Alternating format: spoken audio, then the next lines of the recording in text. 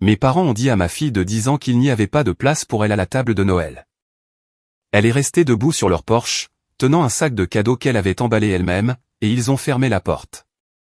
Elle a marché près de 2 miles pour rentrer chez elle, dans l'obscurité et par une température de 28 degrés Fahrenheit, vers une maison vide.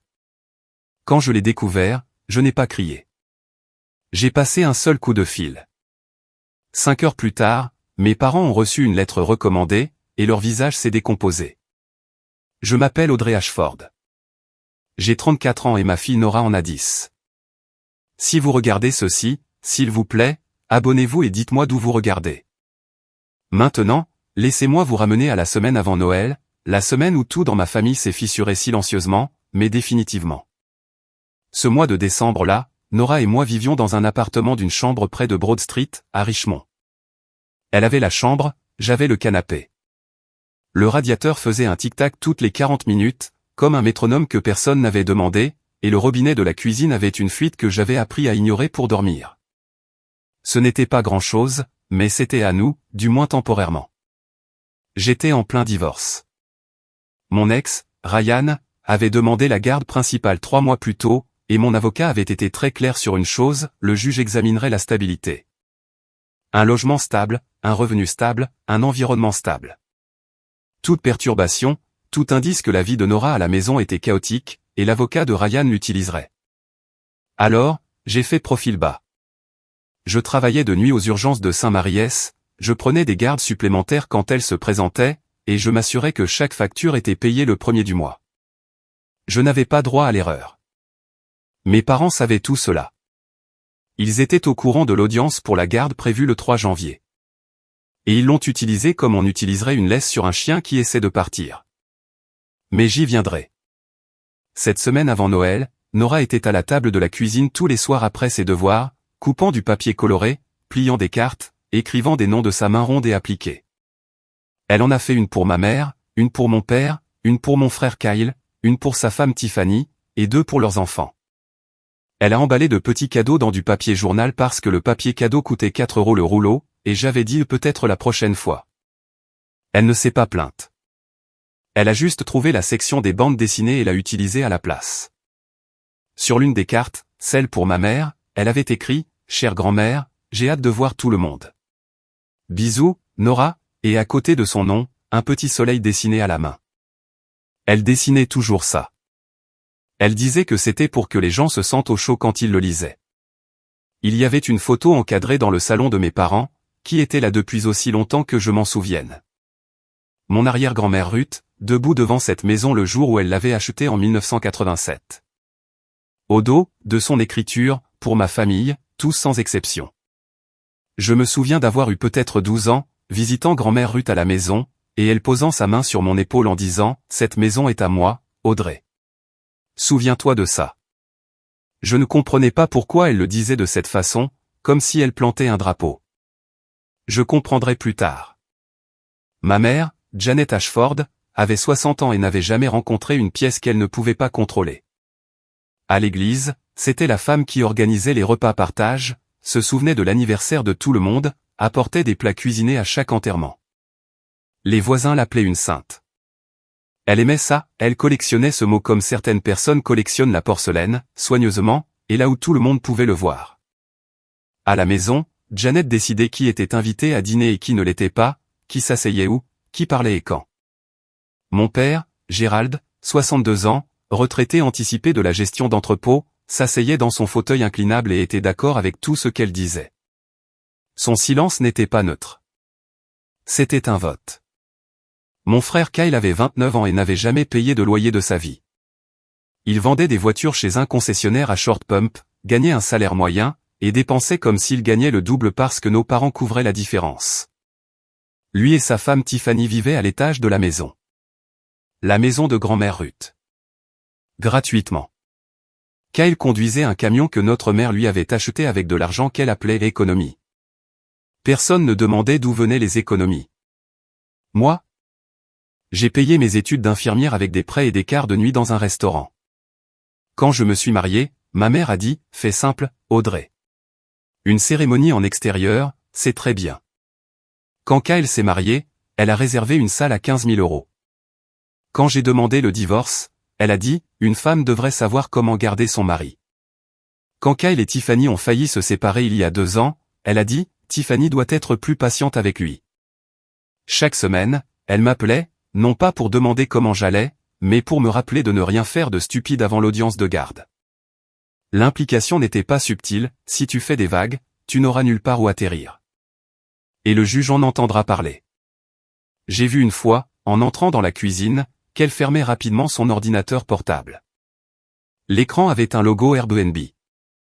Je n'y ai pas prêté attention à l'époque. C'était une erreur. Le plan pour Noël était simple. J'étais programmé pour un double quart, de 18h à 6h du matin, parce que les jours fériés étaient payés 1 fois et demie et j'avais besoin de chaque centime pour la compte de l'avocat. Mes parents passeraient prendre Nora à 16h, l'emmèneraient à la maison pour le dîner de Noël, et je la récupérerais le lendemain matin. Bien sûr, a dit ma mère au téléphone quand j'ai confirmé. Amène-la. Nous passerons un merveilleux moment. La voix de mon père en arrière-plan, ouais, amène-la juste. Nora a passé la veille de Noël à préparer sa tenue, un pull vert qu'elle avait choisi chez Goodwill, celui qui, disait-elle, lui donnait un air de Noël. Elle a arrangé les cadeaux dans un sac en toile, chaque cadeau étiqueté, chaque étiquette avec un soleil.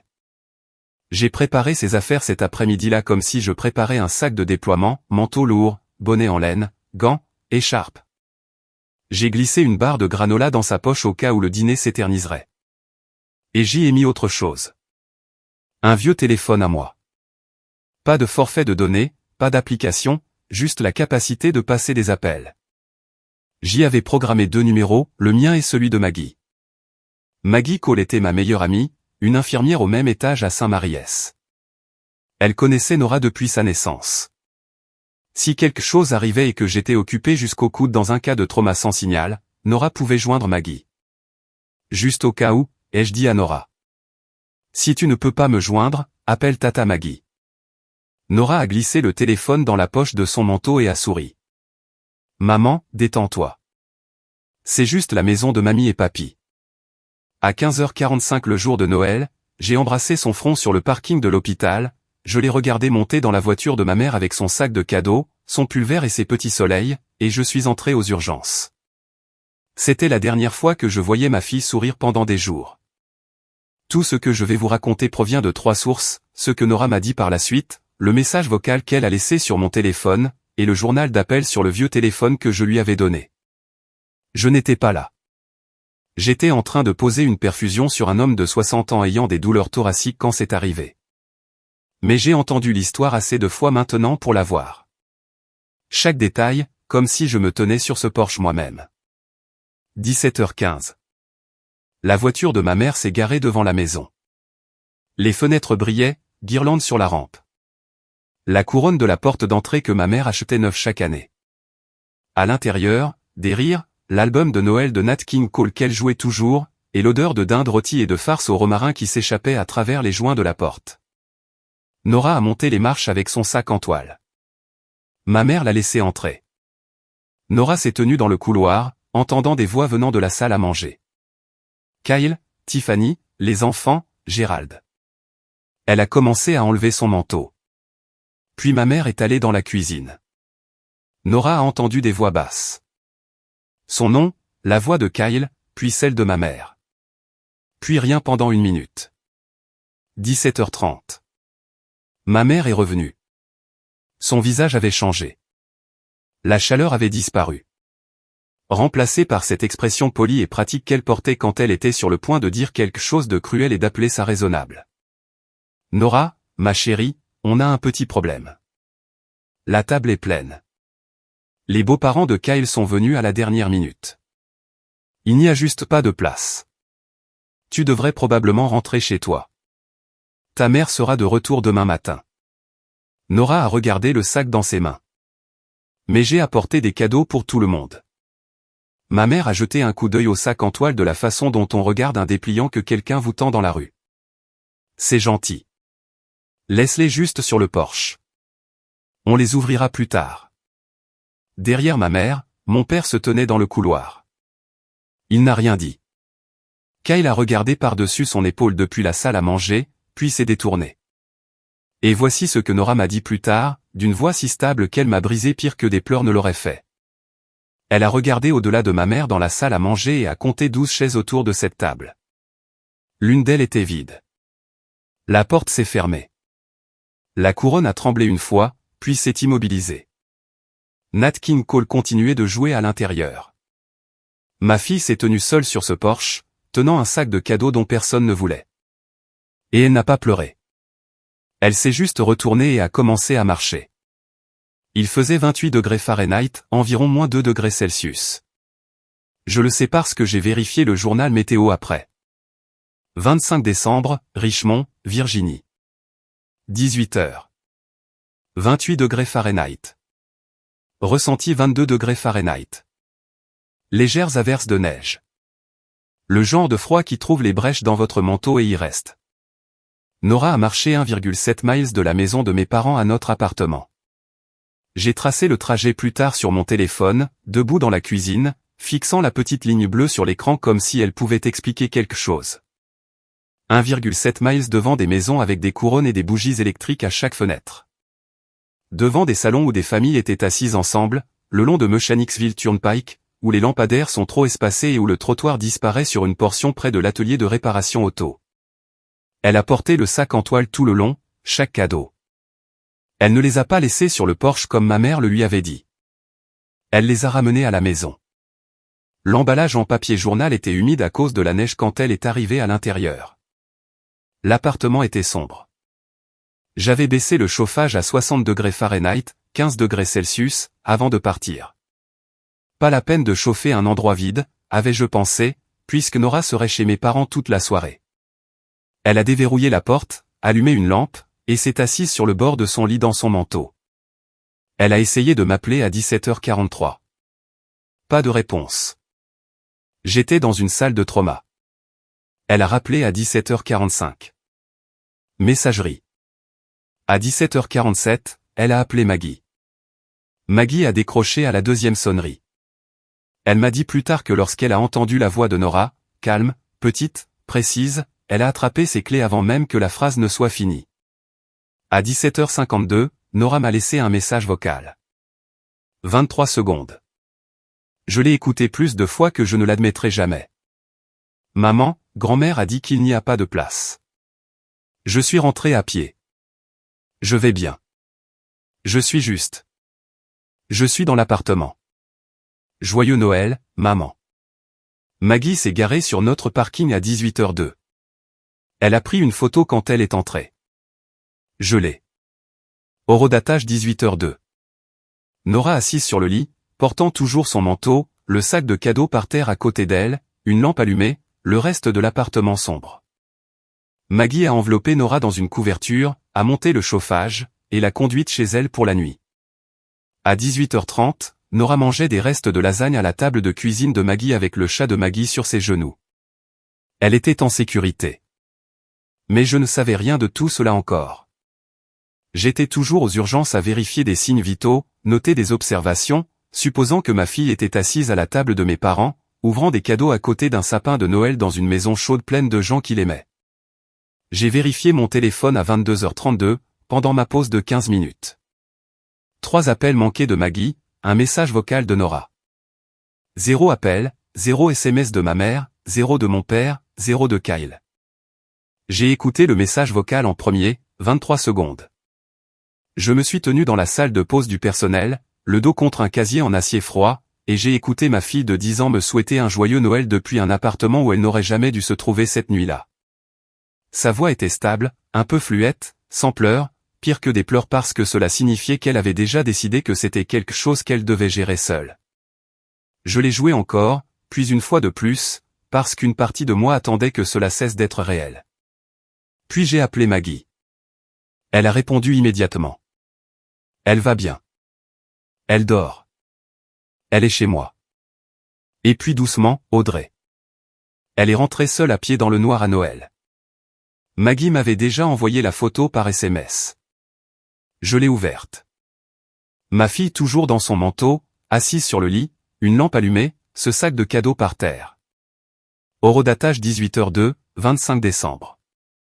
J'ai regardé cette image pendant un long moment. J'ai regardé la façon dont la lumière frappait seulement la moitié de son visage et la façon dont le reste de l'appartement derrière elle n'était juste rien. Des meubles sombres, pas d'arbres, pas de musique, pas de gens. J'ai dit, merci, Maggie. Je vais finir mon quart. Elle a marqué une pause. Audrey. Je vais finir mon quart, ai-je répété. Et je l'ai fait. Je suis retourné dans le service. J'ai noté les médicaments, changé des pansements et parlé aux patients de cette voix calme et égale qu'ils vous apprennent à utiliser quand tout s'effondre et que vous êtes la seule personne dans la pièce qui ne peut pas se permettre de le montrer. Je n'ai pas appelé ma mère. Je n'ai pas appelé mon père. Je n'ai pas appelé Kyle. Il n'y avait plus rien à discuter. À partir de ce moment-là, il n'y avait plus que de la paperasse. Quand mon quart s'est terminé à 6 heures du matin, je me suis assise dans ma voiture dans le garage de l'hôpital pendant peut-être 4 minutes, le moteur tournant, le chauffage allumé, le téléphone à la main. J'ai fait défiler mes contacts et je me suis arrêté à un nom, Ruth Ashford. Je n'ai pas appelé tout de suite, pas à 6 heures du matin, mais je le ferai.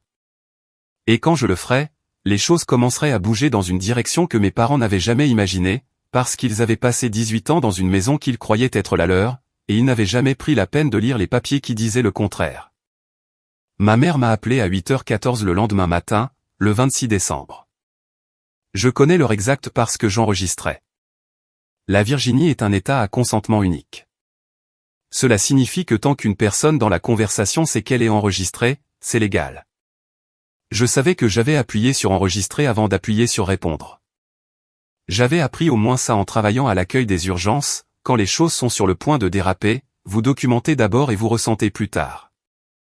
Audrey, sa voix était légère, presque joyeuse. J'ai entendu dire que Nora était rentrée hier soir. Je ne suis pas sûr de ce qui s'est passé. Je lui ai dit d'attendre 10 minutes pendant que je réorganisais les choses et elle est juste partie. Tu sais comment sont les enfants, si dramatiques. J'ai laissé le silence s'installer pendant 3 secondes complètes. Puis, maman. Nora m'a appelé à 17h52. Elle a dit que tu lui avais dit qu'il n'y avait pas de place. Elle est rentrée à pied. Un changement. Je l'ai entendu. Un recalibrage. Les engrenages tournant derrière cette voix polie. Eh bien, c'était chaotique, Audrey. La belle-mère de Kyle est arrivée à la dernière minute. Je devais prendre une décision. Que étais-je censé faire? Mettre dehors une invitée âgée pour une enfant? Tu as mis dehors une enfant de 10 ans. Silence. 4 secondes cette fois. Puis la 3e vitesse de Janet, l'attaque. Ne commence pas avec moi, Audrey. Je t'ai soutenu à travers tes problèmes. Je t'ai logé, j'ai gardé ton enfant, je t'ai couverte, et c'est le remerciement que je reçois? Tu es juste comme le côté de ton père. Ingrat, chacun d'entre vous. Sa voix montait maintenant. Pas forte, mais tranchante. De la façon dont une lame n'a pas besoin d'être grande. Et laisse-moi te dire quelque chose. Si tu transformes ça en drame, ne t'attends pas à ce qu'on se présente à ton audience de garde. Ne t'attends pas à un toit. Ne t'attends à rien. 7 minutes et 23 secondes. J'ai tout enregistré, y compris la dernière chose qu'elle a dite avant de raccrocher. La chose qu'elle pensait probablement être une menace, mais que j'ai classée comme preuve. Tu fais quoi que ce soit de stupide, Audrey, et je m'assurerai que ce juge sache exactement quel genre de mère tu es. J'ai posé le téléphone sur le comptoir de la cuisine. J'ai regardé le fichier d'enregistrement. 7h23. 26 décembre, 8h14. Et je l'ai sauvegardé dans un dossier que je venais de créer. J'ai nommé le dossier reçu. Kyle a commencé à envoyer des SMS à 8h45, pas un appel téléphonique qui nécessiterait d'entendre ma voix. Kyle n'avait jamais été à l'aise avec quoi que ce soit qui ne pouvait pas être fait à une distance de sécurité. 8h45, maman m'a dit que tu en faisais toute une histoire pour hier soir. Sérieusement. 8h47, Nora va bien. Les gamins rentrent à pied tout le temps. Arrête d'être dramatique. 8h52, tu dois t'excuser auprès de maman. Elle pleure. 9h01, si tu pousses ça, je jure que je dirai à l'avocat de ton ex que tu es instable. Je n'ai répondu à aucun d'eux. J'ai fait une capture d'écran de chacun. Chacun est allé dans le dossier. En milieu de matinée, la machine était en marche. Janet avait déjà appelé sa sœur, ma tante Diane, et livré sa version. Audrey a abandonné Nora chez nous, puis nous a blâmés pour ça. Tante Diane m'a appelé à 10h15, la voix douce d'une inquiétude qui n'était pas vraiment pour moi. Ma chérie, ta mère est juste dévastée. Tu ne peux pas laisser tomber? C'est Noël. Tate dit que Nora est rentrée seule à pied dans le noir? Une pause. Elle a dit que Nora est partie d'elle-même. Nora a 10 ans, tante Diane. Une autre pause, plus longue. Elle n'avait pas de réponse à ça, alors elle a dit qu'elle prierait pour la famille et a raccroché. Je posais mon téléphone quand il a vibré une fois de plus. Kyle encore. Mais ce message était différent. Le genre d'erreur qui n'arrive que lorsque quelqu'un envoie des SMS dans 2 conversations à la fois et envoie le mauvais à la mauvaise personne. 9h22, de Kyle. Destiné à Janet, t'inquiète pas, maman. Elle fera rien. Elle a besoin de nous pour le truc de la garde. Elle est piégée. Je l'ai lu 2 fois. Puis je l'ai capturé, ouvert le dossier reçu, et l'ai sauvegardé juste en dessous des autres. Il avait raison sur une chose. J'avais besoin d'eux pour 9 jours de plus. L'audience de garde était le 3 janvier. Après ça, la laisse tombait. Mais Kyle ne savait pas pour la laisse. Il ne connaissait que le piège. Et les gens qui pensent que vous êtes piégé arrêtent de surveiller ce qu'ils disent. Je devrais vous donner un peu d'historique, car ce qui s'est passé à Noël n'est pas sorti de nulle part. C'était la note la plus forte d'une chanson qui jouait depuis toute ma vie. Dans la famille Ashford, il y avait 2 types d'enfants, l'investissement et la dépense. Kyle était l'investissement. J'étais la dépense. Kyle a abandonné l'université communautaire après 3 semestres, mes parents avaient payé chaque centime de ses frais de scolarité. J'ai payé moi-même mon école d'infirmière avec des prêts fédéraux et un job de serveuse qui me laissait les pieds enflés à minuit. Quand j'ai obtenu mon diplôme, ma mère a dit « Eh bien, au moins tu as fini quelque chose ». Quand Kyle a obtenu un emploi de vendeur de voitures, elle lui a organisé un dîner. Quand je me suis marié, Janet m'a dit de faire simple. Une cérémonie en extérieur, c'est bien, Audrey. Pas besoin d'en faire trop. Budget, tout ce que je pouvais rassembler. Quand Kyle a épousé Tiffany 2 ans plus tard, ma mère a réservé une salle avec un lustre et un gâteau à 3 étages, et a fait un chèque de 15 000 €. Elle a appelé ça un investissement dans son avenir. Quand mon mariage s'est effondré, elle a dit, une femme devrait savoir comment garder son mari. Quand Kyle et Tiffany ont failli se séparer, cette mauvaise passe avec la dette de carte de crédit, elle a dit, Tiffany doit apprendre la patience. Et puis il y avait la façon dont il traitait Nora. Les 2 enfants de Kyle, Braden, 5 ans, et Harper, 3 ans, étaient ses bébés. Janet les postait sur Facebook chaque semaine, tenues assorties à Pâques, chants de citrouille en octobre. Les petits-enfants de ma mère, au premier plan et au centre. Nora était la gosse d'Audrey, ou parfois juste la fille. À Noël dernier, celui d'avant celui-ci, Nora avait été placée à une table pliante dans le couloir pendant que tout le monde était assis à la table principale. Quand elle a demandé pourquoi, ma mère a dit, la grande table est pour la famille immédiate, Nora. Nora l'a regardée. Je ne suis pas de la famille immédiate? Ma mère a changé de sujet. Je l'ai avalé. J'étais à 2 mois du dépôt de divorce, dormant sur un canapé, et terrifié qu'un seul faux pas ne me coûte ma fille au tribunal des affaires familiales. Alors, je l'ai avalé comme j'avalais des choses de cette famille depuis 30 ans. Mais quelqu'un d'autre avait entendu parler de ce moment grâce à un appel téléphonique dont je ne connaissais même pas l'existence. Grand-mère Ruth. Elle avait entendu, et elle n'avait pas dit un mot. Pas encore. Elle attendait. Je ne savais juste pas quoi. Laissez-moi vous parler de la maison. C'était une coloniale à 3 étages dans une rue bordée d'arbres dans la proche banlieue de Richmond. Bardage blanc, volets noirs, porche enveloppant. Mon arrière-grand-mère Ruth l'a acheté en 1987 avec l'argent liquide de 40 ans de comptabilité et une pension du système scolaire du comté de Henrico. Elle y a élevé son fils, mon grand-père. Quand il est décédé en 2003, elle est restée 2 ans de plus. En 2005, elle a mis en place un trust vivant, Fiducie, y a placé la maison, et s'est nommée administratrice. Le document du trust avait une clause directrice que je ne lirai que bien plus tard, la propriété servira la famille, tous les membres, sans exclusion. En 2012, grand-mère Ruth a déménagé dans une maison de retraite à Charlottesville. Janet et Gérald ont emménagé. Pas de bail, pas de loyer, juste un accord verbal qu'ils s'occuperaient de l'endroit. Kyle et Tiffany ont pris l'étage 3 ans après ça. Aussi gratuitement, aussi sans bail.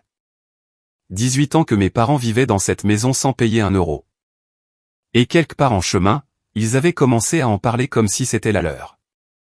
Notre maison, la maison familiale, la maison dans laquelle nous avons versé nos vies.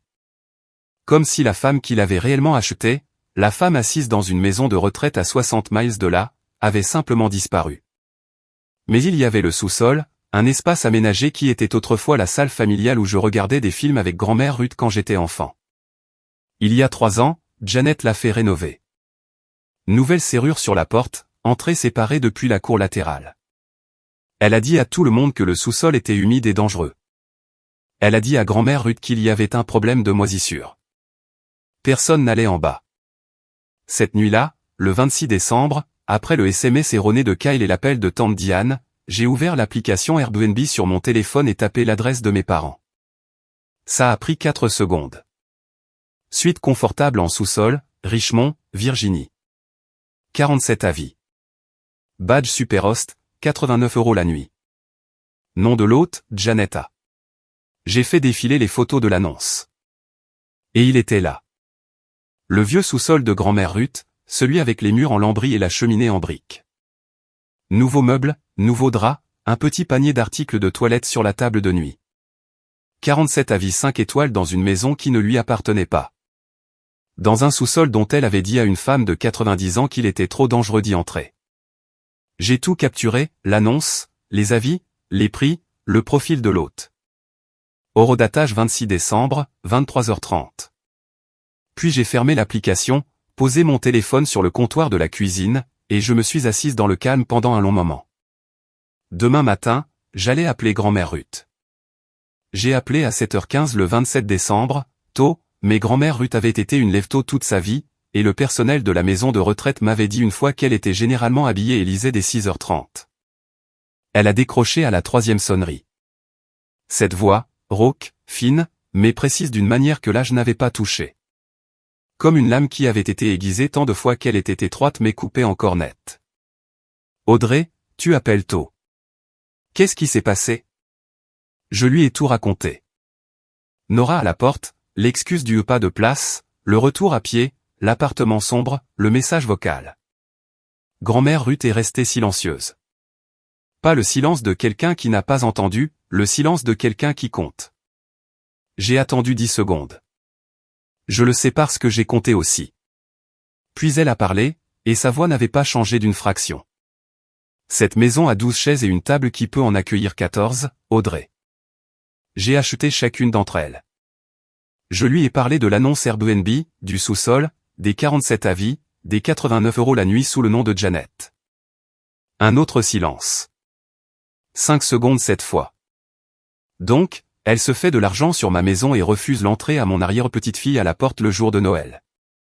Ce n'était pas une question. C'était un verdict. Audrey, as-tu cette capture d'écran? L'annonce? Oui, madame. Bien.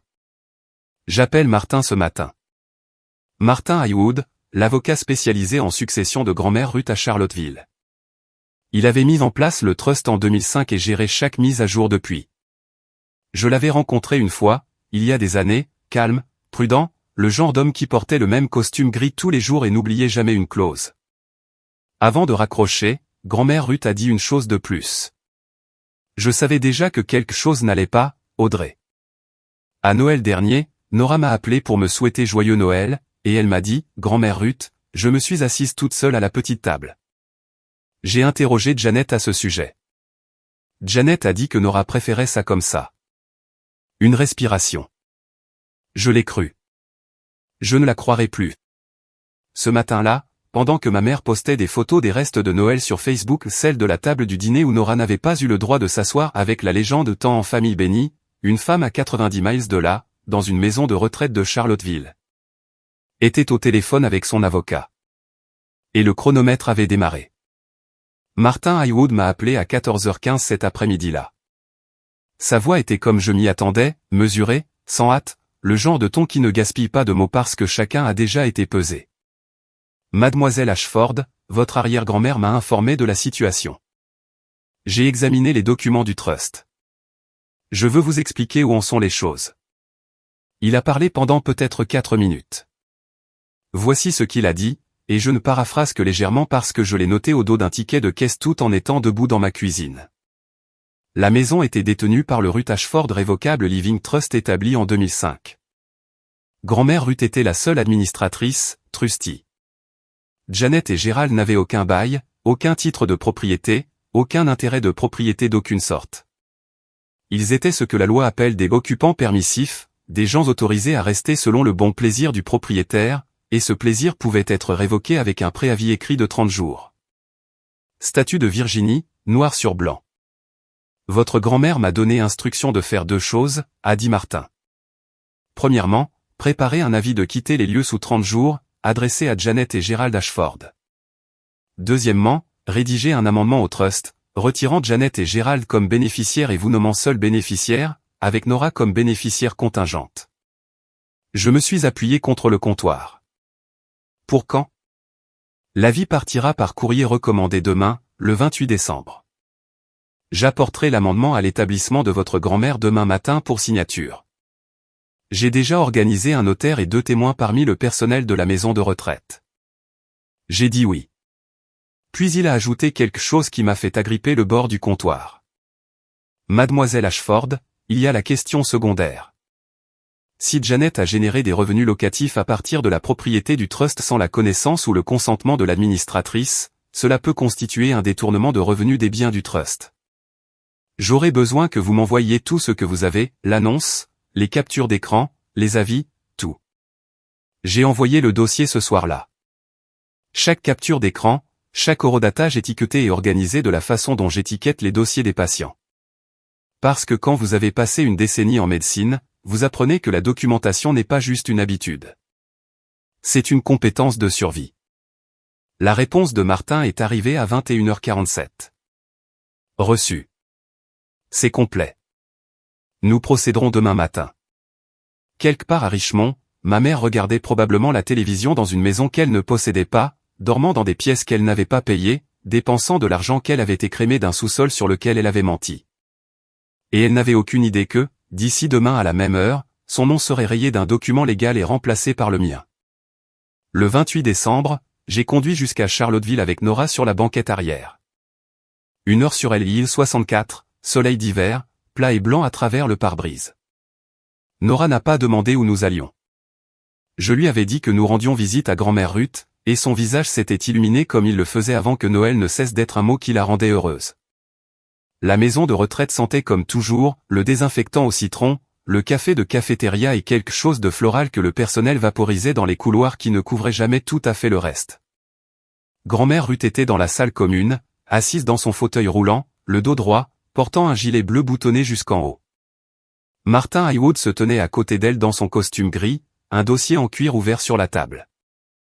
À côté de lui, une femme avec un tampon de notaire et 2 membres du personnel de la maison de retraite.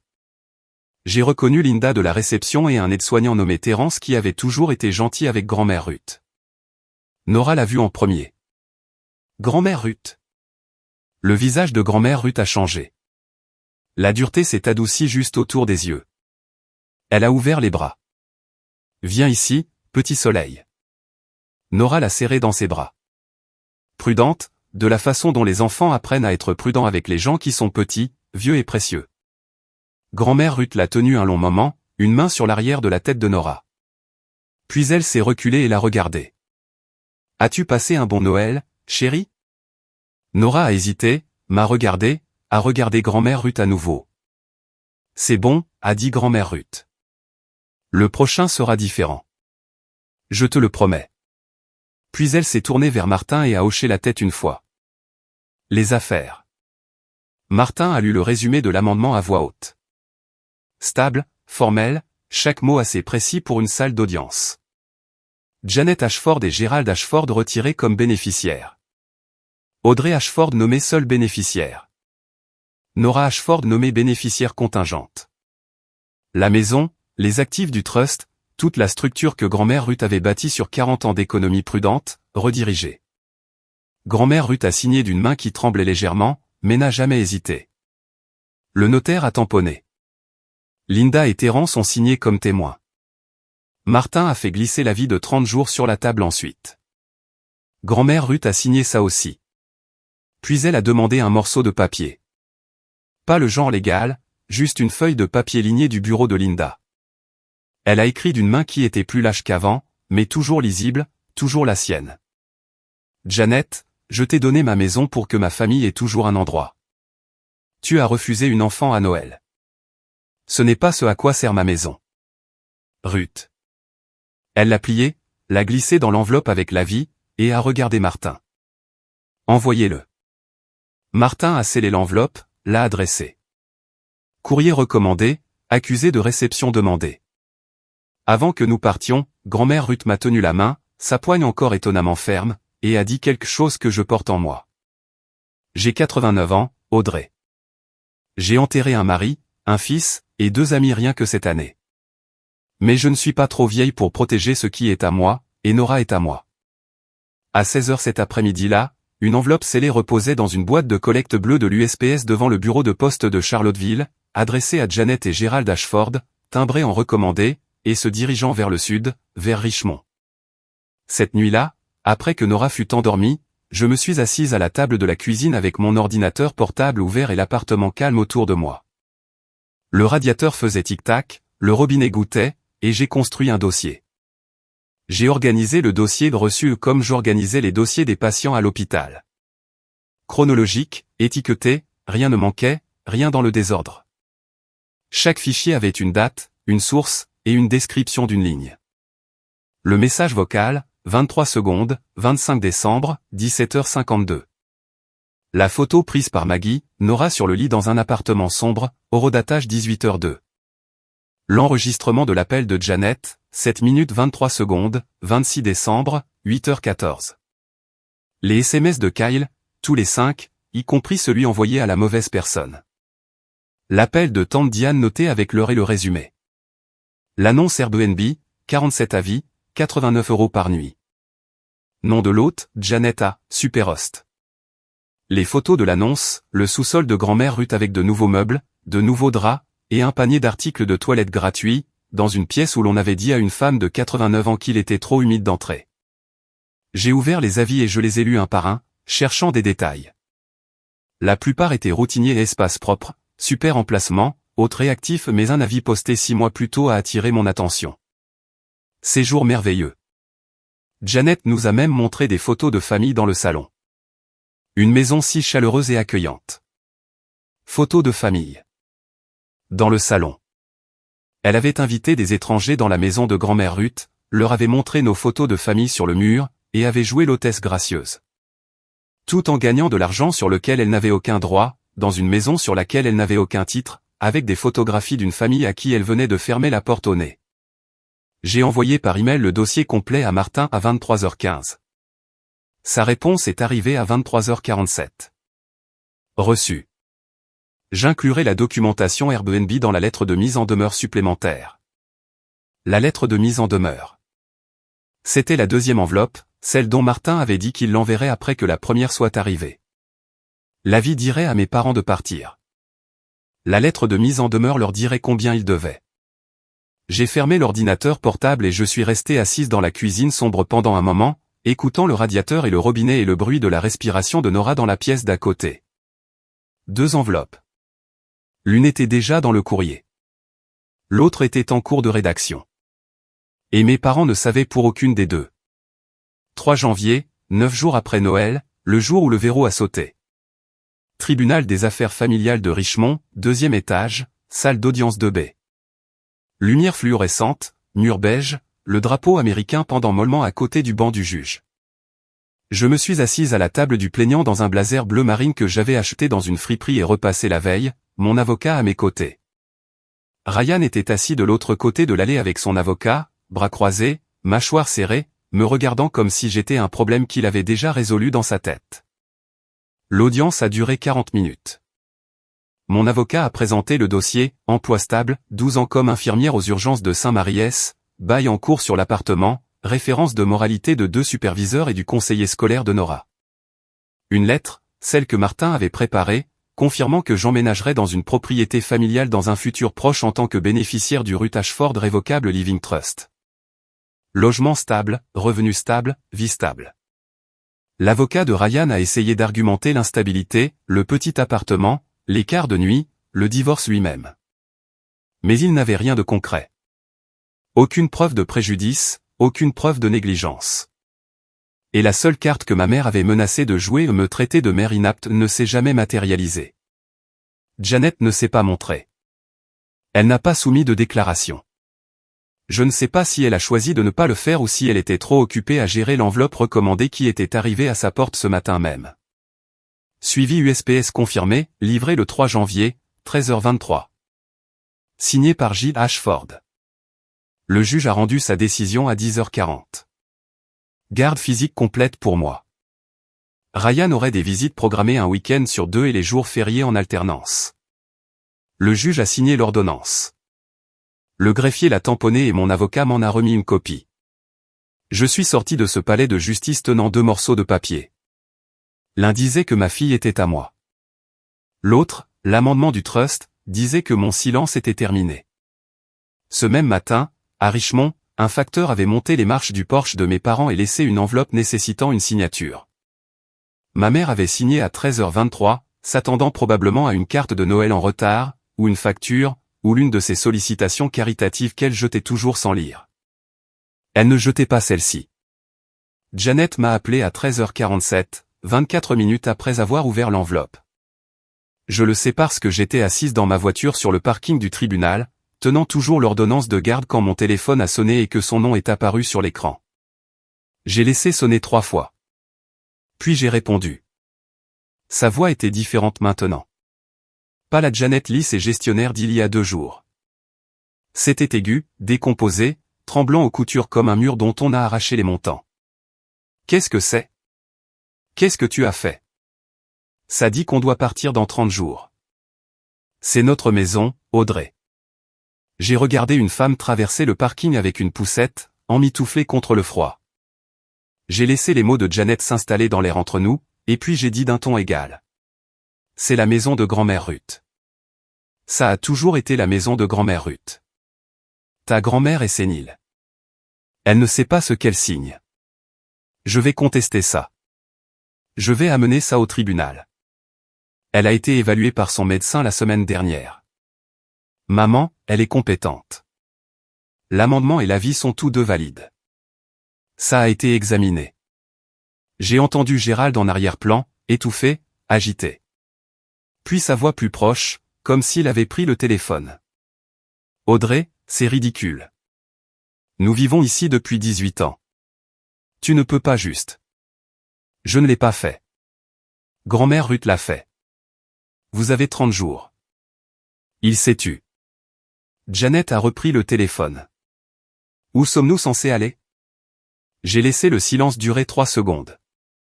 Je ne sais pas, maman. Peut-être quelque part avec assez de place. Elle l'a entendu. Je sais qu'elle l'a entendu parce que la ligne a coupé. Elle n'a pas raccroché doucement. Elle a raccroché comme le font les gens quand le sol bouge sous eux et qu'ils ne savent pas encore si c'est un tremblement de terre ou juste le début de l'un d'eux.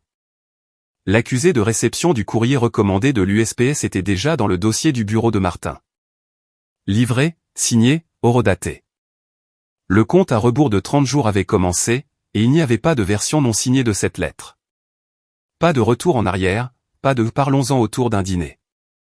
Juste un document légal dans une enveloppe scellée, avec une note manuscrite d'une femme de 89 ans qui se souvenait exactement combien de chaises se trouvaient autour de cette table.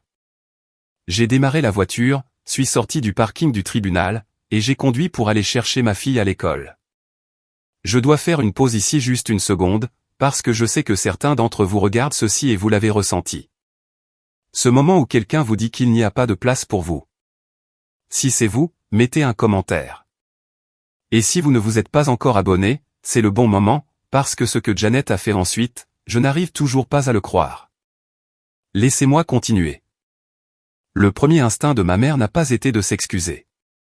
Ce n'était pas d'appeler grand-mère Ruth. Ce n'était même pas d'appeler un avocat. Pas encore. Son premier instinct a été de donner un spectacle. 4 janvier, un jour après l'arrivée de la vie, Janet a posté sur Facebook. Public, pas seulement pour les amis, public. Elle voulait de la porter. S'il vous plaît, priez pour notre famille. Notre fille aînée a manipulé sa grand-mère âgée, une femme de 89 ans dans une maison de retraite, pour nous enlever notre maison. Nous avons versé nos cœurs et nos vies dans cette maison pendant près de 2 décennies. Nous sommes dévastés. S'il vous plaît, gardez-nous dans vos pensées et prières. 67 réactions, 34 commentaires, cœurs, visage qui pleure, mains qui prient. Oh, Janet, quelle horreur. Reste forte, chérie.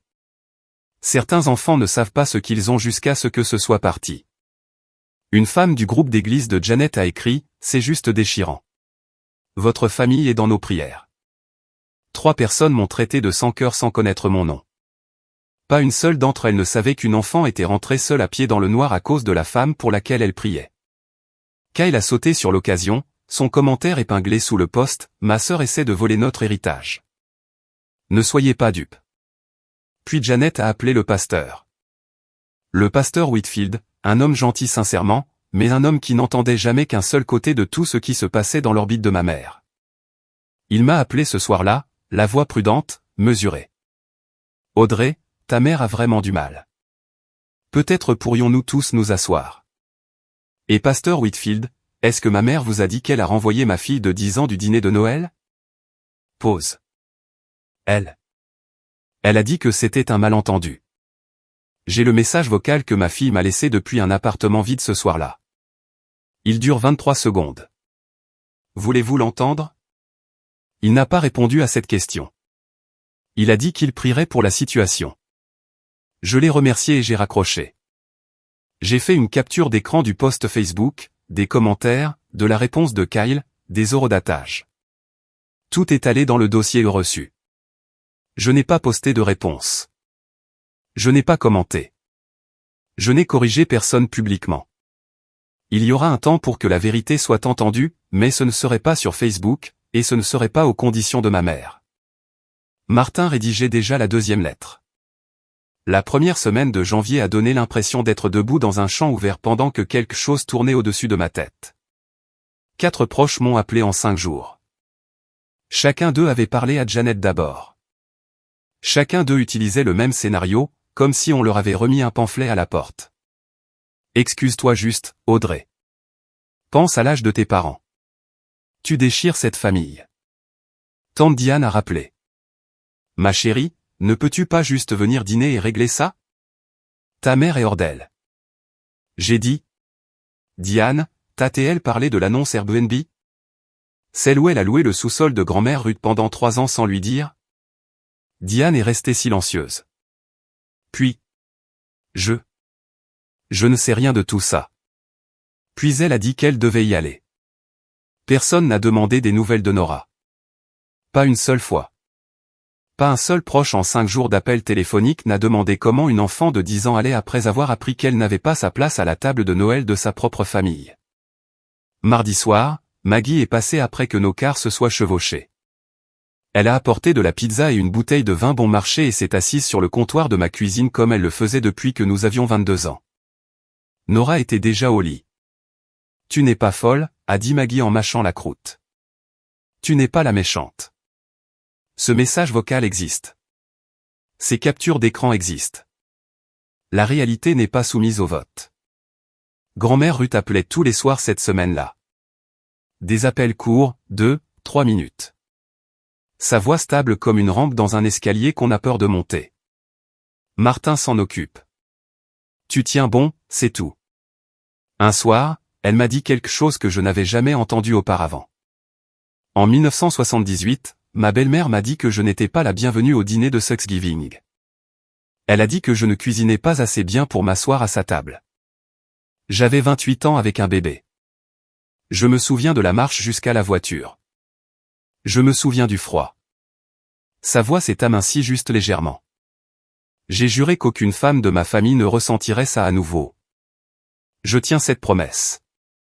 Cette même nuit, je bordais Nora quand elle l'a dit. Calme, pas dramatique, pas en pleurs, juste les mots posés sur l'oreiller comme une question qu'elle portait depuis trop longtemps.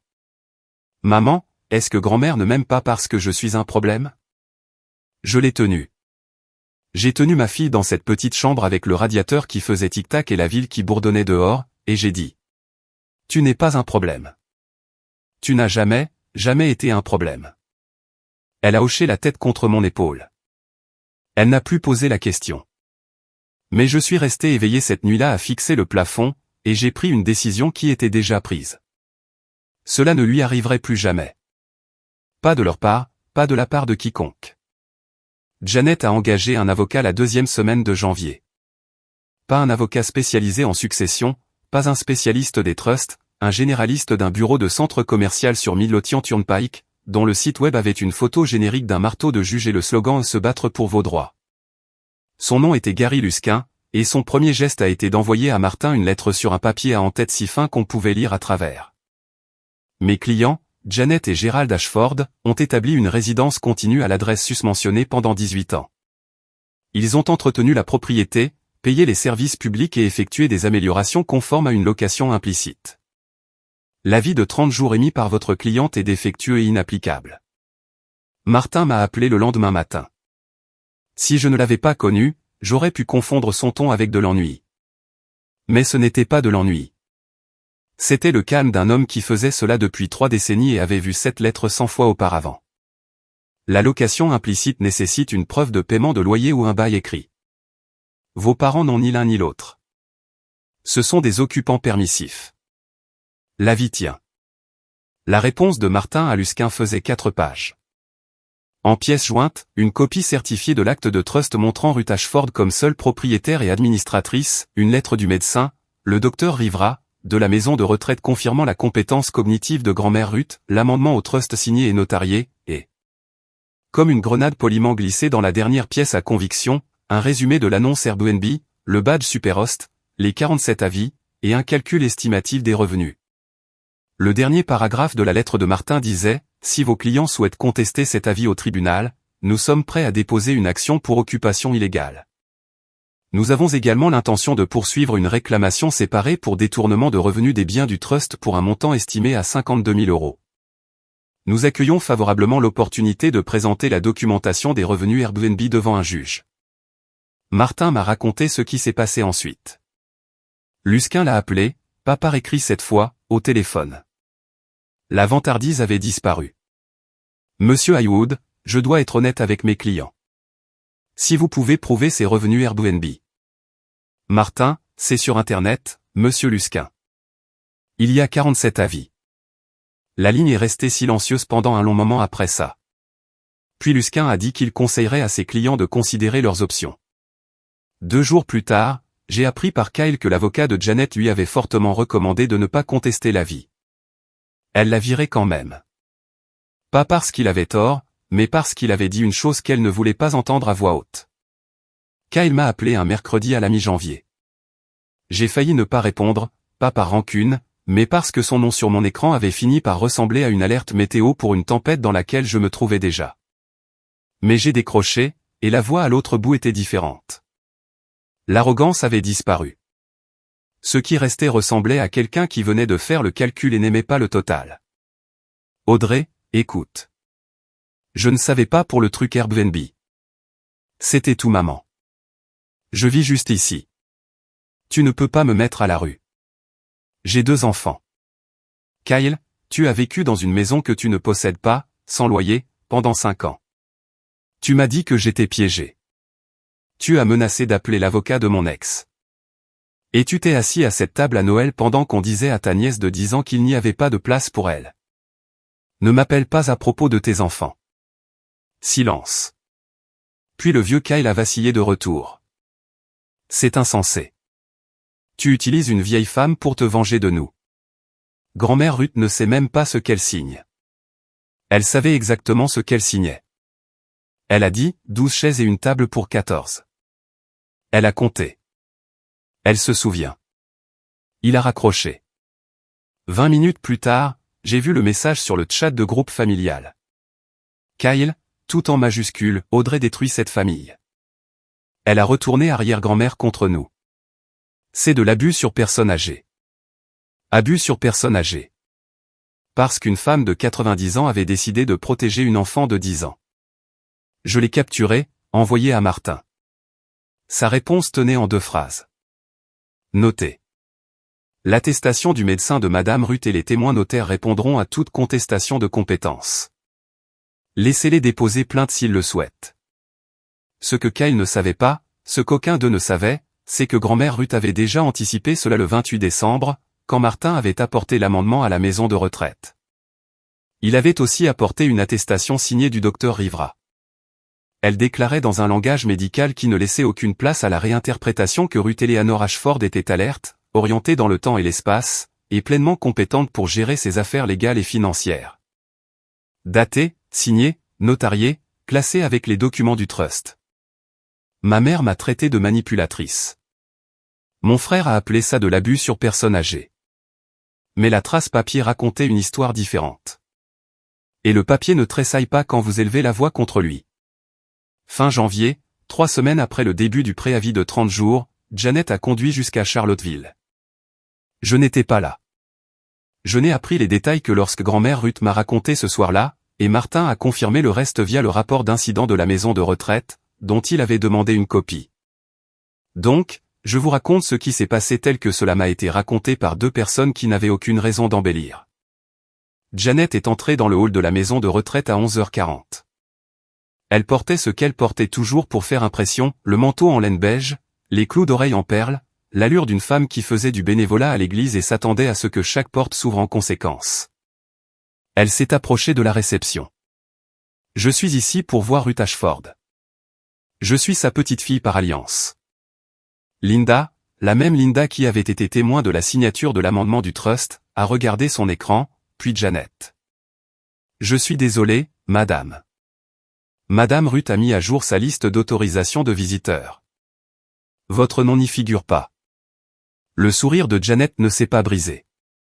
Pas tout de suite. Il doit y avoir une erreur. Je la connais depuis 30 ans. Je suis de la famille. Je comprends, madame, mais nous suivons les souhaits exprimés par les résidents. Je ne suis pas en mesure d'autoriser cette visite. Le sourire s'est fissuré. Janet a demandé un superviseur. Le superviseur a dit la même chose poliment, fermement, de la façon dont les travailleurs de la santé apprennent à le faire quand quelqu'un de puissant n'a pas l'habitude qu'on lui dise non. Janet a commencé à pleurer, ou du moins à produire les sons et la posture des pleurs. Elle est restée dans le hall pendant 12 minutes. Quand il est devenu clair que les larmes n'allaient pas déverrouiller la porte, le superviseur a dit.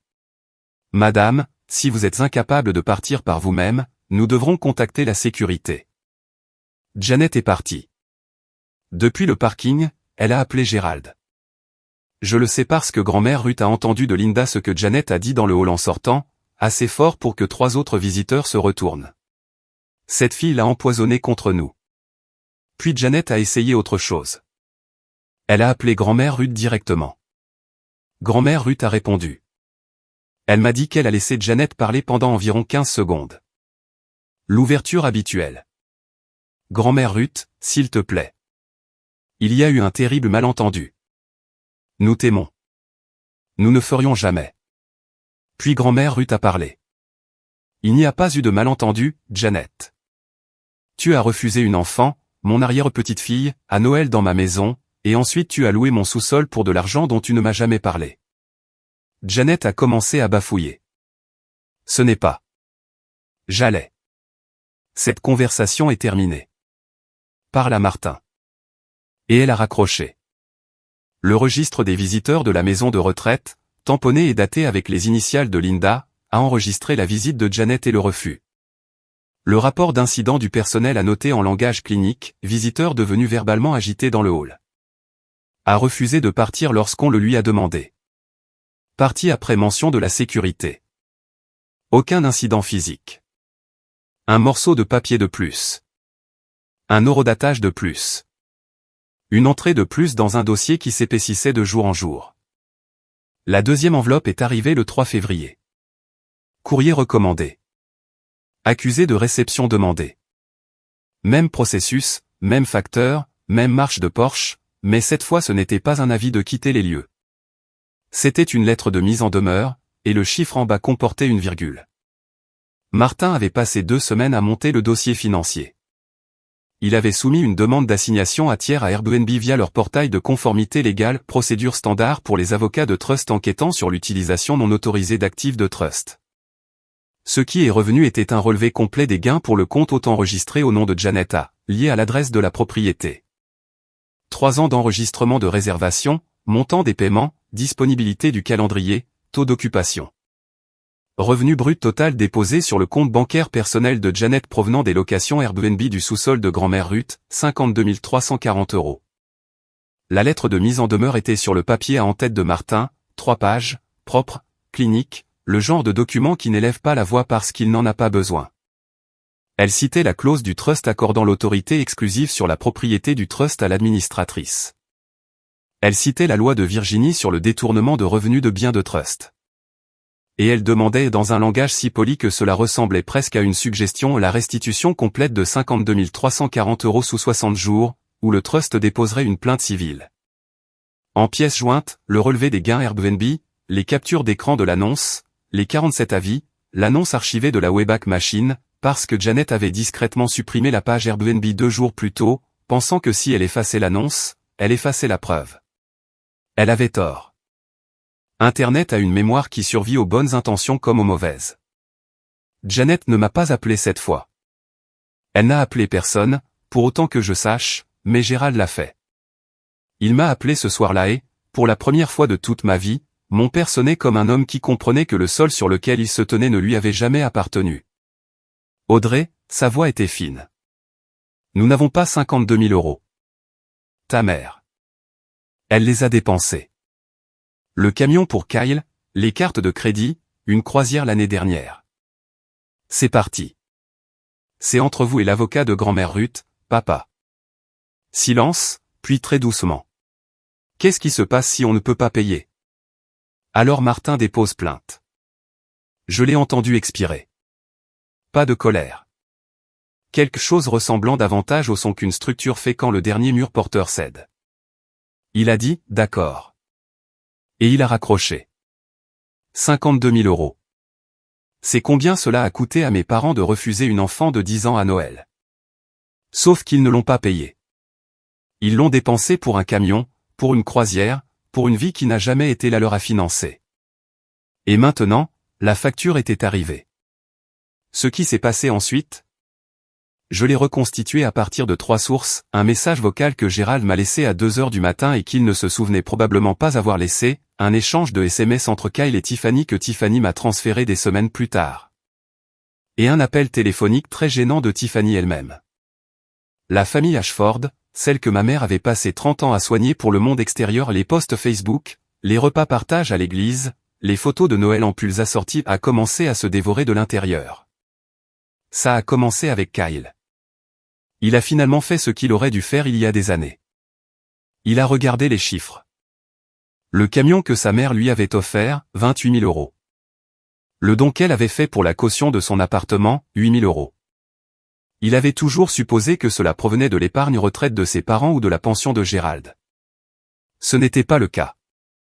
Cela venait d'un sous-sol qui n'était pas à Janet, dans une maison qui n'était pas à Janet, louée à des étrangers sur une plateforme liée au compte bancaire de Janet. Kyle a appelé Janet. Je n'étais pas en ligne, mais Tiffany m'a raconté plus tard comment ça s'est passé. Maman, tu m'as dit que la pension de papa avait payé tout ça.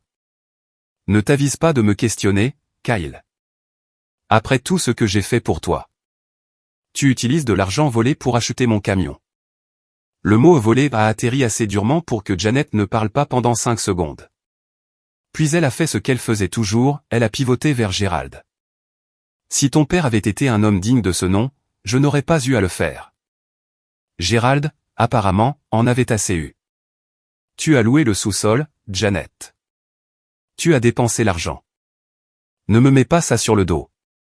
C'était la première fois, selon Kyle, que Gérald contredisait Janet devant qui que ce soit. Mais c'était aussi 20 ans trop tard, et ils le savaient tous les deux. Tiffany m'a appelé le jour suivant, polie, nerveuse, sa voix un demi-ton trop haut. Audrey, je sais que nous n'avons pas été proches, mais Kyle et moi ne savions pas pour l'argent Airbnb. Y a-t-il un moyen que tu parles à l'avocat? Peut-être trouver un arrangement. Tiffany, je suis désolé que tu sois dans cette position, mais le trust appartient à grand-mère Ruth. Tu devras parler à son avocat. Elle m'a remercié et a raccroché. Je pense qu'elle espérait de la pitié. Je pense qu'elle en méritait un peu, honnêtement. Mais la pitié n'était pas à moi de donner. C'était à grand-mère Ruth, et grand-mère Ruth l'avait déjà donnée pendant 18 ans. Elle avait fini. Cette semaine-là, Janet a fait un post Facebook de plus court cette fois. Quand votre propre famille vous trahit. 12 réactions, 3 commentaires. Et puis un 4e, de quelqu'un que je ne reconnaissais pas, quelqu'un qui avait apparemment été invité dans ce sous-sol. Janet, je suis allé chez vous. Est-ce le même sous-sol listé sur Airbnb? Je croyais que votre grand-mère possédait cette maison. 2 heures plus tard, le post était supprimé, mais j'avais déjà pris la capture d'écran. La famille qui avait présenté un front uni à chaque Thanksgiving, chaque Noël, chaque repas d'église, celle qui souriait dans des pulls assortis pendant qu'une petite fille était assise seule à une table pliante, se dissolvait. Pas parce que je l'avais déchiré. Parce que la vérité l'avait fait. Je sais que ça fait beaucoup, mais nous sommes presque à la fin. Et honnêtement, ce qui s'est passé le jour du déménagement est la partie que même moi je n'ai pas vu venir. Si vous êtes toujours là, cliquez sur s'abonner et laissez un commentaire. Avez-vous déjà regardé l'image publique de quelqu'un s'effondrer quand la vérité sort enfin? Restez avec moi. L'échéance de 30 jours tombait le 2 février. Je le sais parce que j'avais compté chacun de ces jours comme une infirmière compte les débits de perfusion, précisément, avec une conscience silencieuse que le mauvais chiffre pourrait tout changer. Martin m'a envoyé un email la veille au soir. L'échéance est demain. S'ils ne partent pas, je déposerai l'action pour occupation illégale au tribunal du district général lundi matin. Je suis passé devant la maison cet après-midi-là. Je ne me suis pas arrêté. Je ne suis pas entré dans l'allée. J'ai juste ralenti en passant, comme on ralentit devant un accident sur l'autoroute. Pas parce qu'on veut regarder, mais parce que quelque chose en nous a besoin de savoir. Les 2 voitures étaient dans l'allée. Lumières allumées dans la cuisine. La couronne de Noël était toujours sur la porte, desséchée, brunissant sur les bords. Personne ne l'avait enlevée. Il ne partait pas. Ce soir-là, Janet m'a envoyé un texto. Pas un appel cette fois. Juste 6 mots sur un écran. Nous ne partons pas. C'est chez nous. Je l'ai transféré à Martin. Sa réponse, dépôt lundi. Kyle, au moins, avait compris la situation. Lui et Tiffany avaient trouvé un appartement à Short Pump. Petit, une salle de bain, la caution payée par les parents de Tiffany. Kyle m'avait envoyé un texto la veille, son dernier message dans ce qui était devenu un fil très court, j'ai déménagé. J'en ai fini avec ça. Mais tu devrais savoir, maman dit aux gens que tu vas la faire arrêter. Je n'ai pas répondu. Cette même semaine, j'avais remarqué que l'annonce Airbnb avait disparu de la plateforme. Janet l'avait supprimée, nettoyé la page, retiré les photos, enlevé les avis. Elle pensait probablement que si l'annonce n'existait pas, la preuve n'existait pas non plus. Mais l'assistante juridique de Martin avait déjà capturé l'annonce complète via la Wayback Machine, pages archivées, avis en cache, profil de l'hôte, tout. Et le relevé des gains Airbnb obtenus via l'assignation légale existait indépendamment du site web. Vous pouvez supprimer une annonce. Vous ne pouvez pas supprimer un dépôt bancaire. Lundi matin, Martin Haywood est entré au tribunal du district général de Richmond portant un dossier de dépôt épais de 3 pouces. Et à l'intérieur de ce dossier, il y avait 30 jours de silence, 47 avis valant preuve, et le refus d'une femme de 89 ans de laisser sa famille être redéfinie par les gens qui l'avaient volée. Le dépôt a été fait un lundi. Martin a soumis l'action pour occupation illégale avec chaque pièce jointe, l'acte de trust, l'avis de 30 jours avec son reçu de courrier recommandé et la confirmation de suivi USPS, la lettre de capacité du médecin, l'amendement du trust, et comme pièce supplémentaire, la documentation complète d'Airbnb. Le greffier l'a tamponné, a assigné un numéro de dossier, et a programmé l'audience pour 10 jours plus tard. La Virginie va vite sur l'occupation illégale. La loi n'aime pas l'ambiguïté sur qui possède une maison et qui ne la possède pas. Mercredi après-midi, un huissier a monté les marches du porche de la maison de grand-mère Ruth et a frappé à la porte d'entrée. Gérald a ouvert. L'huissier lui a remis 2 copies de l'assignation et une pour lui, une pour Janet et lui a fait signer l'accusé de réception. Gérald a regardé les papiers, puis l'huissier, puis les papiers à nouveau. Son visage, nota l'huissier dans l'attestation de signification déposée le lendemain, est devenu gris. Janet n'était pas à la maison. Elle était à l'épicerie, ce qui signifiait que Gérald devait annoncer la nouvelle lui-même. Je ne sais pas exactement à quoi cette conversation a ressemblé, et je n'en ai pas besoin. Je connais le résultat. Janet a appelé le pasteur Whitfield. Elle a appelé tante Diane. Elle a appelé 2 cousines. Elle a fait chauffer le téléphone comme elle le faisait toujours, tirant les leviers de sympathie qu'elle avait installés au cours de 30 ans de plats cuisinés et de chaînes de prière. Mais cette fois, la machine n'a pas répondu comme elle en avait l'habitude. Le pasteur Whitfield lui a dit doucement qu'il m'avait parlé et avait entendu le message vocal. Il a suggéré la réflexion. Tante Diane n'a pas décroché. Une cousine a demandé, « Janet, est-ce vrai pour le truc Airbnb ?» Et Janet lui a raccroché au nez. Et puis il y avait Madame Palmer. Dorothy Palmer, 71 ans, vivait à 3 maisons de celle de grand-mère Ruth. Elle était là depuis presque aussi longtemps que la maison elle-même. Elle avait regardé Janet et Gérald aller et venir pendant 18 ans, et elle avait vu quelque chose le soir de Noël qu'elle n'avait pas compris jusqu'à maintenant. Elle m'a appelé ce jeudi soir-là. Sa voix était douce, virginienne, prudente de la façon dont les gens le sont quand ils sont sur le point de dire quelque chose qui est resté sur leur poitrine pendant 5 semaines. « Audrey, chérie, je dois te dire quelque chose. Le soir de Noël, j'étais sur mon porche pour rentrer le recyclage et j'ai vu ta petite fille marcher seule sur le trottoir, portant un sac dans le froid. J'ai failli appeler la police. J'aurais dû. Je ne savais pas ce qui se passait. Je pensais peut-être qu'elle allait chez une amie ou... Mais ça ne semblait pas normal. Ça ne semblait pas normal et je n'ai rien fait, et je suis tellement désolé. Je l'ai remerciée. Je le pensais vraiment. Et je lui ai dit que si elle le voulait bien, Martin pourrait lui demander de fournir une déclaration écrite. Elle a dit oui avant que je finisse la phrase. L'audience était un jeudi. Tribunal du district général, Richmond, petite salle d'audience, lumière fluorescente, une juge nommée l'honorable Karen Y.I., qui avait l'air d'avoir entendu 10 000 cas et de se souvenir des détails de chacun. Martin était assis à la table du plaignant. J'étais assise derrière lui. De l'autre côté, Janet et Gérald, seuls, pas d'avocat.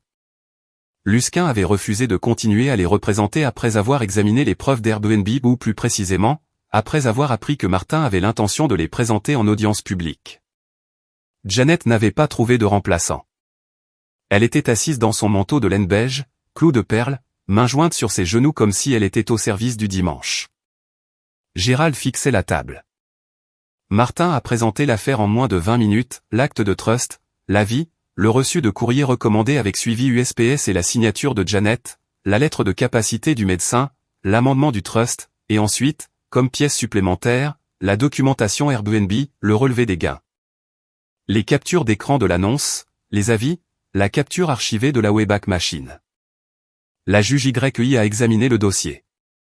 Puis elle a regardé Janet. « Madame, souhaitez-vous répondre ?» Janet s'est levée. Elle a lissé son manteau. « Votre honneur, nous avons entretenu cette maison pendant 18 ans. Nous sommes une famille. C'est un désaccord familial, et je crois qu'il peut être résolu en privé. » La juge YI a regardé le dossier à nouveau, puis Janet. « Madame, avez-vous reçu des revenus locatifs de la propriété du trust ?» Les mains de Janet se sont serrées sur le bord de la table. C'était juste un petit. Avez-vous oui ou non reçu des revenus locatifs d'une propriété détenue dans un trust pour lequel vous n'êtes pas l'administratrice? La salle d'audience était très silencieuse. Je pouvais entendre le système de ventilation bourdonner. Oui. La juge YI a statué en 11 minutes. Bref de possession. Janet et Gérald Ashford ont reçu l'ordre de quitter les lieux sous 10 jours. Concernant les revenus Airbnb, la juge a noté que le trust avait qualité pour poursuivre une réclamation civile pour détournement et a recommandé aux parties soit de faire une médiation, soit de procéder au tribunal de circuit. Janet a pleuré. Pas le genre performatif qu'elle avait déployé dans le hall de la maison de retraite. De vraies larmes, le genre qui vient quand vous réalisez que le scénario que vous lisiez depuis toute votre vie n'a plus de pages. Gérald était assis à côté d'elle, main sur ses genoux, regardant le sol. Martin a rassemblé ses documents. Je me suis levé et suis sorti par les doubles portes dans le couloir où la lumière était grise, plate et banale. Pas de musique dramatique, pas de moment au ralenti, juste une femme tenant une ordonnance judiciaire dans une chemise cartonnée marchant vers l'ascenseur. La juge n'a pas élevé la voix. Elle n'en a pas eu besoin. Les documents parlaient d'eux-mêmes. Ils le font toujours quand vous prenez le temps de les garder. Ils ont déménagé un samedi à la mi-février. Je le sais parce que Maggie est passée devant la maison cet après-midi-là. Je le lui avais demandé, non pas parce que j'avais besoin d'en être témoin, mais parce qu'une partie de moi avait besoin de savoir que c'était réel. Un camion de location dans l'allée. Gérald portant des lampes et des cartons. Janet le dirigeant depuis le porche dans son manteau, bras croisés, bouche en une ligne fine. Les voisins regardaient depuis les porches et les allées comme le font les gens quand quelque chose de privé devient public. Pas avec joie, juste avec cette attention calme et prudente qui vient du fait de savoir que l'histoire d'une rue vient de changer. Maggie m'a raconté un détail qui m'est resté. Janet a tout pris, les meubles, les ustensiles de cuisine, les vieux trophées de Kyle sur l'étagère du haut, la vaisselle de Noël qu'elle avait utilisée pour le dîner auquel Nora n'avait pas eu le droit d'assister. Elle a pris les rideaux.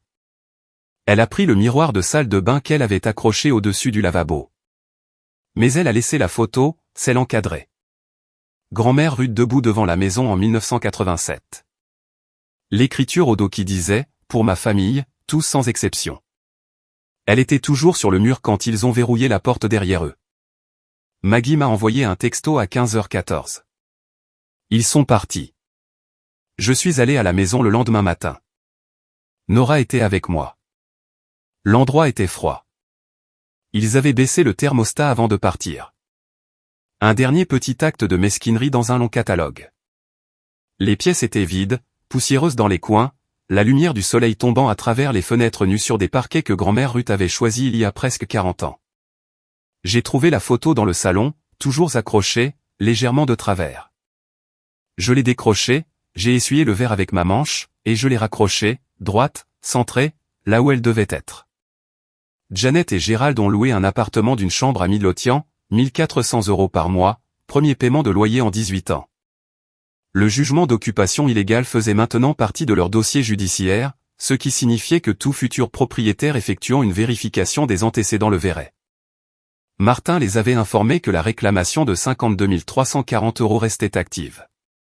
S'ils n'acceptaient pas un plan de remboursement sous 60 jours, le trust déposerait plainte au tribunal de circuit. Elle a pris la vaisselle de Noël. Elle a laissé la photo. Je suppose qu'elle savait laquelle elle avait mérité et laquelle non. Nous avons emménagé fin février. Nora a porté son sac à dos en haut des marches du porche, les mêmes marches sur lesquelles elle s'était tenue le soir de Noël tenant un sac plein de cadeaux, et s'est arrêtée à la porte d'entrée. Elle m'a regardé. Je l'ai regardée. C'est à nous ? A-t-elle demandé. C'est à grand-mère Ruth, dis-je. Elle nous laisse en prendre soin.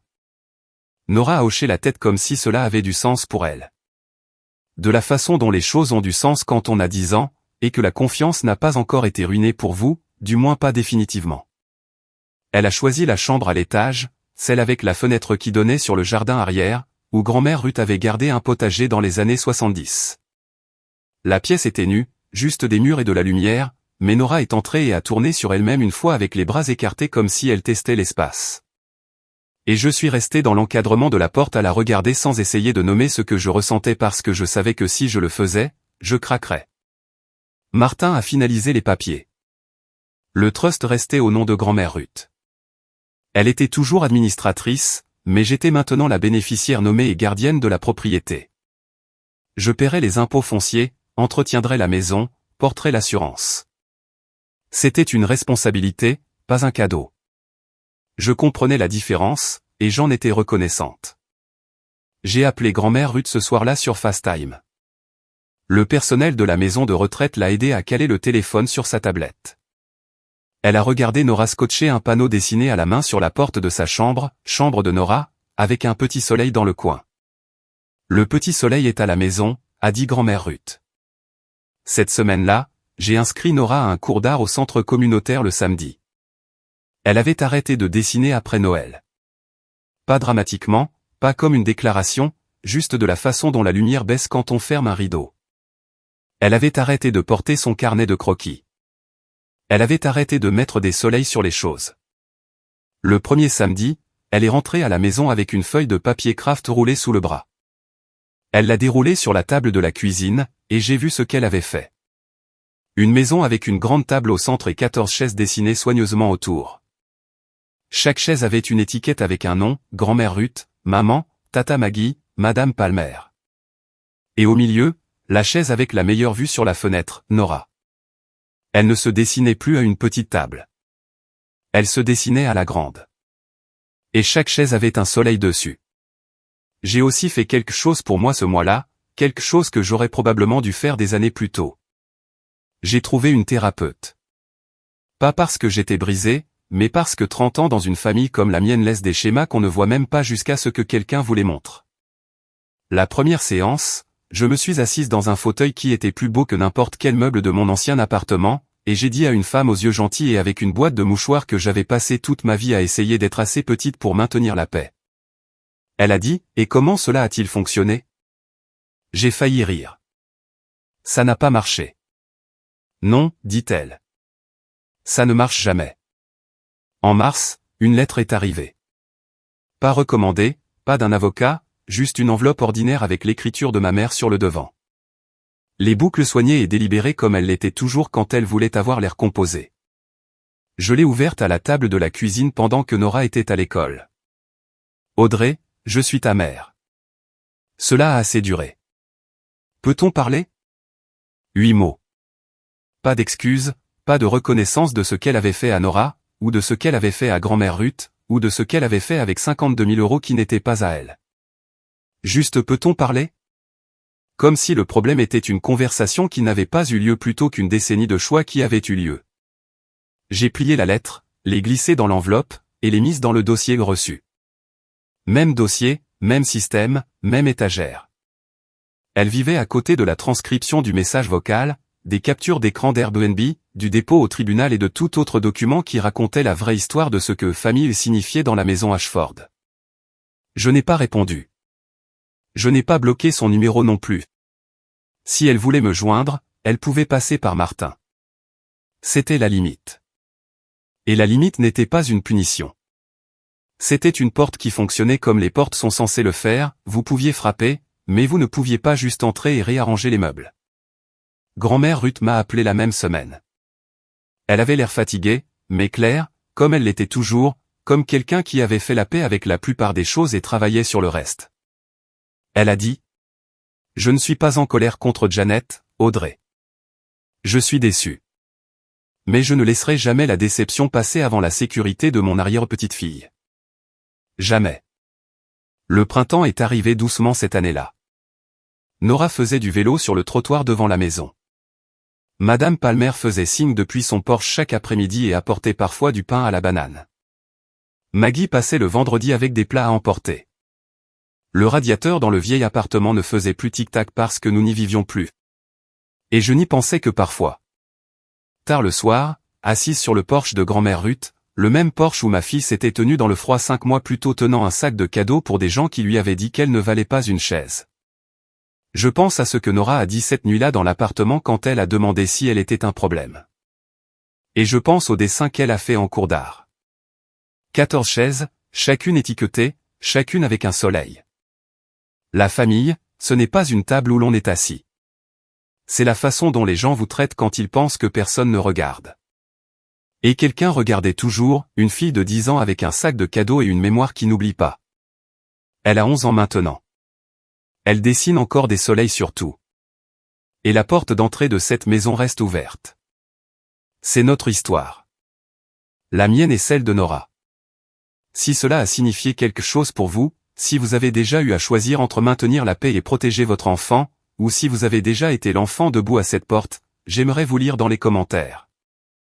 Abonnez-vous si ce n'est pas déjà fait, et consultez la description pour une autre histoire sur une mère qui a découvert que sa famille volait dans le fonds universitaire de sa fille. C'est tout aussi réel. Merci d'avoir regardé et d'être resté jusqu'à la fin.